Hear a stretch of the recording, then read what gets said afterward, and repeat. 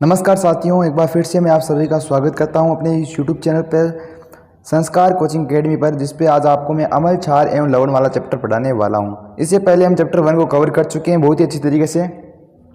अगर आपने चैप्टर 1 को नहीं देखा तो चैप्टर 1 को जरूर देख लेना। और अब हम पढ़ने वाले चैप्टर 2 को, अमल, क्षार एवं लवण वाले चैप्टर को बहुत आसानी से पढ़ने वाले हैं। तो वीडियो को लाइक कर दीजिएगा और चैनल पे नए हो तो चैनल को सब्सक्राइब जरूर कर देना और अपने दोस्तों तक इस वीडियो को जरूर शेयर करिएगा। और फटाफट से देखते हैं लाइव में कितने स्टूडेंट जुड़ जाते हैं। अभी तक तो संख्या बहुत ही कम है, 5-6 विद्यार्थी ही जुड़ पाए हैं। तो जल्दी से एक बार लाइव को शेयर कर दीजिएगा। फिर हम अमल, क्षार एवं लवण की परिभाषाएं वह इनके बारे में पढ़ने वाले हैं। तो पहले बात करते हैं अमल क्या होते हैं।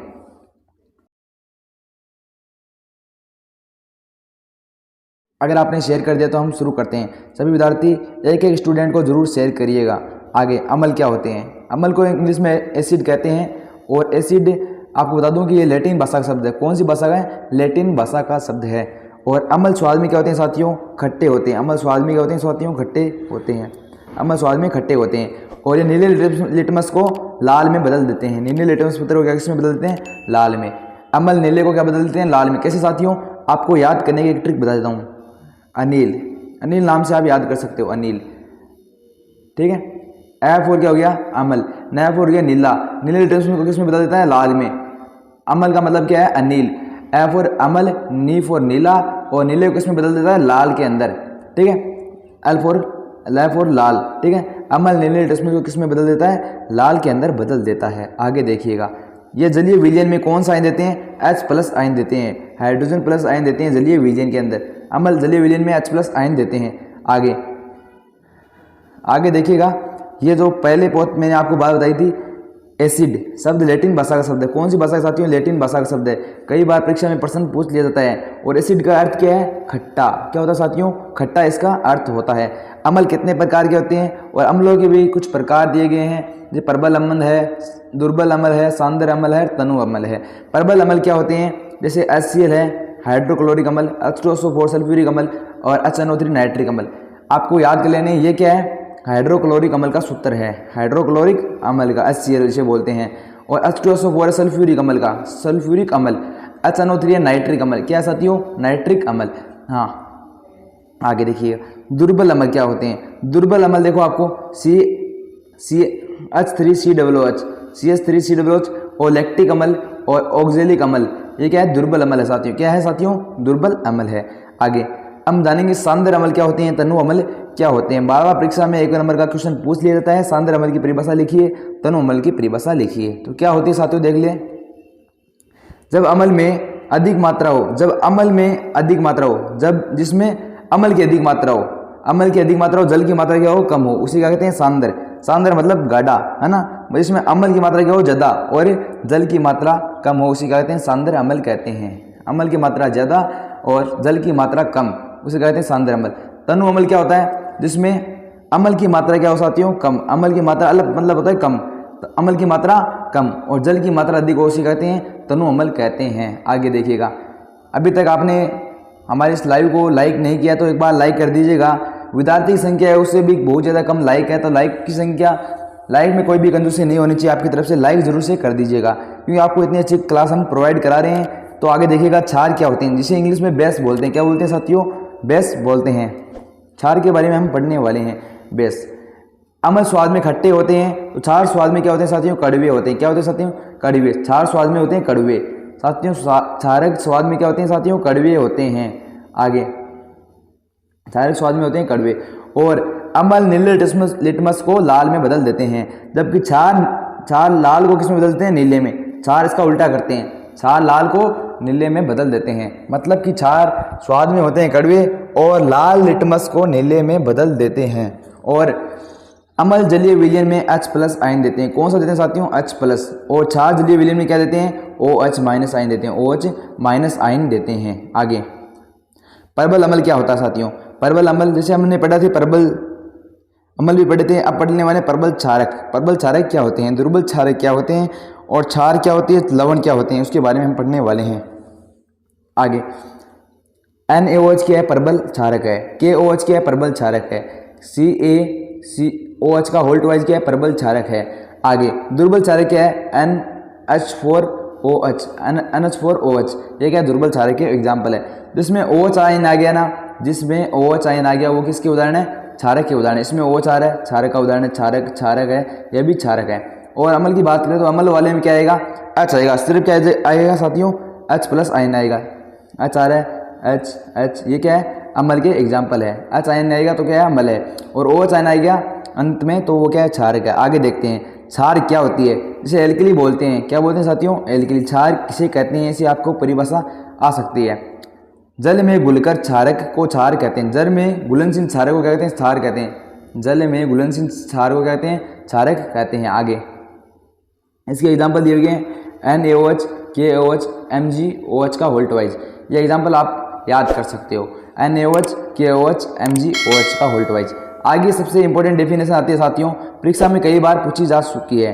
आगे ये परिभाषा सबसे मोस्ट इंपॉर्टेंट है, तो इसको एक बार नज़र गड़ा के देख लीजिएगा कि भाई लवण क्या होते हैं। लवण क्या होते हैं, जिसे इंग्लिश में सॉल्ट बोलते हैं। और सॉल्ट का मतलब आप समझते हो गर्मियों में जो नमक होता है, उसके बारे में ये कुछ है कि भाई अम्ल और क्षार परस्पर अभिक्रिया करके, अम्ल और क्षार परस्पर अभिक्रिया करके क्या बनाते हैं साथियों?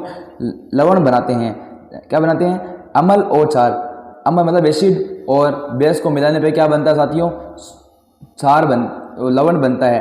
अम्ल और क्षार को मिलाने पे क्या बनता है? लवण बनता है। उदाहरण क्या है? NaCl है, KCl है। इसका एग्जाम्पल है NaCl और KCl। सूचक क्या होते हैं? सूचक क्या होते हैं? अगली एग्जाम्पल आपकी किसके? सूचक की। सूचक किसी दिए गए विलयन में अम्ल या क्षार की उपस्थिति को दर्शाते हैं। मतलब कि आपके पास कोई विलयन दिया हुआ है। क्या दिया साथियों? ये कोई विलयन है, इसके अंदर क्या है? विलयन। ठीक है, अगर हमको पता चलाना है कि इसके अंदर अम्ल है, क्षार है ना, तो हम इसके अंदर क्या डालेंगे साथियों? सूचक डालेंगे। क्या डालेंगे? सूचक, जिसे हम पता लगा सकते हैं। आगे देखते हैं सूचक कितने प्रकार के होते हैं। देखिएगा, रंग या गंध अम्लीय या क्षार माध्यम में बदल सकता है। गंध, इनका रंग या गंध अम्ल या क्षार या माध्यम में बदल सकता है। आगे सूचक के प्रकार, सबसे मोस्ट इंपोर्टेंट है सूचक कितने प्रकार के होते हैं। तो सूचक देखिएगा, सूचक के प्रकार यहाँ पे दिए गए हैं। सूचक के कितने प्रकार होते हैं? प्राकृतिक सूचक, पहला है प्राकृतिक सूचक, दूसरा है कृत्रिम या संश्लेषित सूचक, तीसरा है गंधीय सूचक। तो सूचक के 3 प्रकार होते हैं, पहला प्राकृतिक सूचक, दूसरा कृत्रिम सूचक, तीसरा गंधीय सूचक। प्राकृतिक मतलब पेड़ पौधों में पाए जाते हैं, ये पौधों में पाए जाते हैं। प्राकृतिक मतलब ये पौधों में पाए जाते हैं। लिटमस, लाल पत्ता गोभी, हाइड्रेंजिया पौधों के फूल और हल्दी, ये क्या है? प्राकृतिक सूचक पेड़ पौधों में पाए जाते हैं। जैसे लिटमस है, लाल पत्ता गोभी है, और हाइड्रेंजिया पौधे के फूलों में ये पाए जाते हैं। और हल्दी क्या है? एक प्राकृतिक सूचक है। आप कोई भी प्राकृतिक सूचक के 2 एग्जाम्पल आएंगे, क्या आएंगे साथियों? आपको बोलेगा प्राकृतिक सूचक क्या होते हैं, मतलब जो पेड़ पौधों में पाए जाते हैं, और उनके 2 उदाहरण। पहला उदाहरण आप लिख सकते हो लिटमस, और दूसरा क्या है? हल्दी। लिटमस और हल्दी किसके उदाहरण है? प्राकृतिक सूचक के। लाल पत्ता गोभी भी आप याद कर सकते हो, और हाइड्रेंजिया पौधे के फूल भी आप याद कर सकते हो। आपके 4 एग्जाम्पल दिए गए हैं, उसमें से आपको कोई 2 एग्जाम्पल याद करने हैं। आगे आपके कृत्रिम सूचक या संश्लेषित सूचक क्या होते हैं। तो कृत्रिम सूचक क्या होते हैं, जैसे कि बात करें तो ये रासायनिक पदार्थ है। क्या है साथियों? रासायनिक पदार्थ है, रासायनिक पदार्थ है। जैसे ऑरेंज मेथिल और फिनोप्थिलीन, क्या है साथियों? ऑरेंज मेथिल और फिनोप्थिलीन क्या है? आपके कृत्रिम सूचक है। ऑरेंज मेथिल और फिनोप्थिलीन आपको बता दूं भाई क्या है? भाई कोई भी कपड़े पर या फिर कोई भी शर्ट पर कोई भी दाग लग जाता है तो उसके को हटाने के लिए फिनोप्थिलीन का इस्तेमाल करते हैं। आगे आपको पढ़ाने वाला हूँ गंधीय सूचक के बारे में। गंधीय सूचक क्या होता है? तो गंधीय सूचक के बारे में बताने से पहले बता दूं कि आपने अभी तक लाइक नहीं किया तो लाइक जरूर से कर दीजिएगा, क्योंकि आपके लिए हम मेहनत कर रहे हैं और फ्री में आपको नोट्स प्रोवाइड करा देंगे। आपको वीडियो के एंड तक बता दूंगा कि आपको ये नोट्स कैसे मिलेंगे। तो इन पदार्थों की गंध अम्ल या क्षार माध्यम में बदल जाती है। प्याज, लौंग, तेल। तो भाई गंधीय सूचक क्या है? इनकी गंध किस में बदल जाती है? अम्ल या क्षार में बदल जाती है, जैसे प्याज और लौंग का तेल। आगे सूचक आपको क्या है? सूचक के जो एग्जाम्पल पढ़े थे ना हमने, प्राकृतिक सूचक के। देखो प्राकृतिक सूचक के कितने एग्जाम्पल है? 4 है। लिटमस है, लाल पत्ता गोभी का रस है, हल्दी है, हाइड्रोजन फूल के रस है। आगे कृत्रिम सूचक कौन से? फिनोप्थिलीन है, ऑरेंज मेथिल है। और गंधीय सूचक आपका प्याज का रस है, वेनिला है और लौंग का तेल है। ये एग्जाम्पल है। आगे देखते हैं इनके रंग कैसे होते हैं, गंध कैसी होती है, वो बात करेंगे हम। देखो रंग या रंग में परिवर्तन अम्ल के साथ क्या बिहेव करते हैं?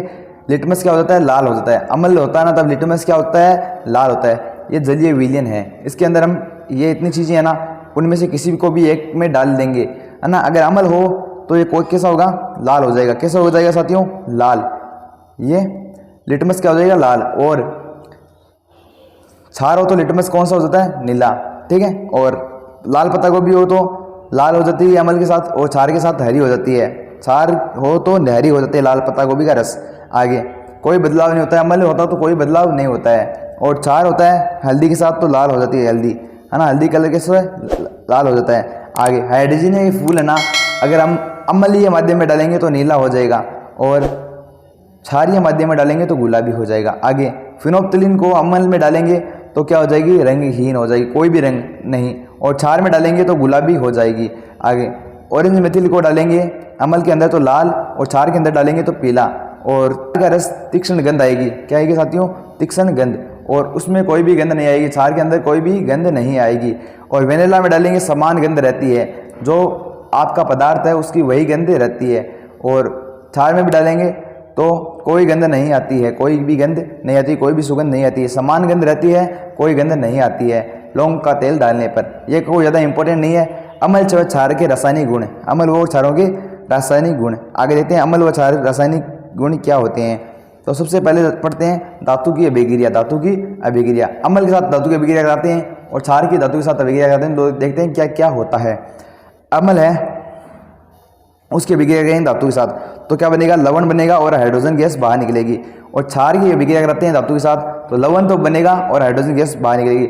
मतलब कि सीधी सीधी बात है कि अम्ल और क्षार दोनों की अभिक्रिया कराते हैं तो आपका मैकेनिज्म है वो सेम रहेगा। मतलब कि ये देखिएगा सेम ही प्रोसेस है इसके अंदर, ठीक है। अम्ल है आपका, यहाँ पे अम्ल का एग्जाम्पल मैंने बताया था HCl होता है। क्या होता है साथियों, HCl।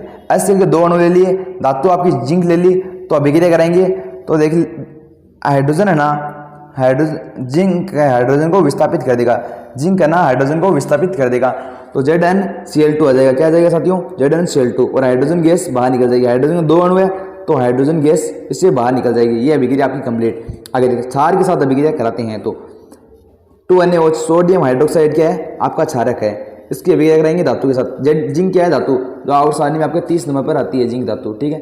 तो इसकी अभिक्रिया कराने वाले हैं तो देखते हैं। देखो अब यहाँ पे क्या होगा, जिंक सोडियम जिंकेट, इसका सूत्र क्या है, सोडियम जिंकेट। इस पूरे का सूत्र क्या है, सोडियम जिंकेट। एक अलग प्रोडक्ट निकलेगा और हाइड्रोजन गैस बाहर निकालनी है अपन को। क्या निकालनी है साथियों, हाइड्रोजन गैस बाहर निकालनी है। तो हाइड्रोजन गैस बाहर निकाल देंगे और ये आपका सोडियम जिंकेट का सूत्र आपको याद रखना है।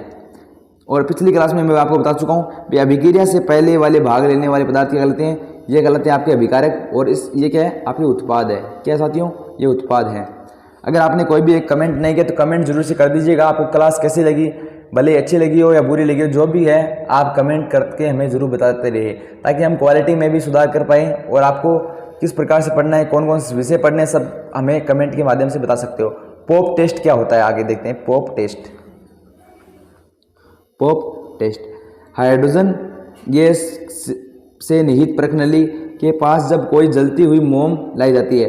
हाइड्रोजन गैस की कोई प्रकनली है भाई, प्रकनली जानते हो, टेस्ट ट्यूब, उसके अंदर हाइड्रोजन गैस भरी हुई है। उसके पास अगर हम कोई मोमबत्ती लेकर आते हैं तो ध्वनि उत्पन्न होती है। कौन क्या उत्पन्न होती है साथियों, ध्वनि उत्पन्न होती है। इस टेस्ट को हाइड्रोजन की उपस्थिति में दर्शाने के लिए प्रयोग करते हैं। क्या करते हैं साथियों, हाइड्रोजन की उपस्थिति को दर्शाने के लिए प्रयोग करते हैं। ये आपकी क्या प्रकनली है, क्या प्रकनली, इसके अंदर क्या है, हाइड्रोजन गैस है। क्या है साथियों, हाइड्रोजन गैस है। इसके पास हम क्या लेके आएंगे, मोमबत्ती लेके आएंगे। ये क्या है, मोमबत्ती है। तो जलती हुई मोमबत्ती है तो इसमें क्या है, हाइड्रोजन गैस है। तो यहाँ पे आएगा ना तो धमाका होगा। क्या होगा साथियों, धमाका। इसे कहते हैं पोप टेस्ट, ठीक है। आगे देखते हैं धातु कार्बोनेट तथा धातु बाइकार्बोनेट की अभिक्रिया। धातु कार्बोनेट और धातु बाइकार्बोनेट की अभिक्रिया, तो ये दो प्रकार की अभिक्रिया हैं, अम्ल के साथ, दूसरी है क्षार के साथ, है ना। अम्ल के साथ और क्षार के साथ, अम्ल के साथ अभिक्रिया होती है, क्षार के साथ कोई भी अभिक्रिया नहीं होती है। यहाँ पे दिया गया है। आगे देखते हैं अम्ल की पहले करेंगे धातु कार्बोनेट से, अम्ल की करेंगे धातु कार्बोनेट से, दूसरी अम्ल की धातु बाइकार्बोनेट से। अम्ल क्या है, HCl है। ये क्या है, धातु कार्बोनेट है, Na2CO3। इसकी अभिक्रिया करेंगे तो 2NaCl के 2 अणु ऑक्सीजन गैस निकलेगी और जल लिक्विड के रूप में रह जाएगा। ये आपको रासायनिक समीकरण आपको याद करनी है।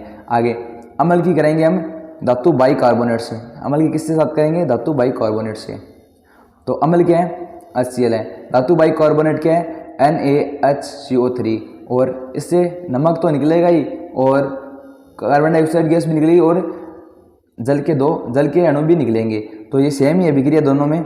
ये देखो, ये वाली एग्जाम्पल, ये वाली अभिक्रिया इतनी और ये वाली अभिक्रिया सेम ही रहती है। बस धातु बाइकार्बोनेट और धातु कार्बोनेट का आपको सूत्र याद होना चाहिए। ठीक है। यहाँ पे हमने HCl के 2 अणु क्यों लिए? क्योंकि अभिक्रिया संतुलित होनी जरूरी है इसलिए। और यहाँ पे HCl का एक ही अणु लिया है। चूने के साथ पॉप टेस्ट, चूने के पानी का टेस्ट है ना। चूने के पानी से हम देखते हैं उत्पादित कार्बन डाइऑक्साइड के चूने में पानी से प्रवाहित करने के पानी दूधिया हो जाता है।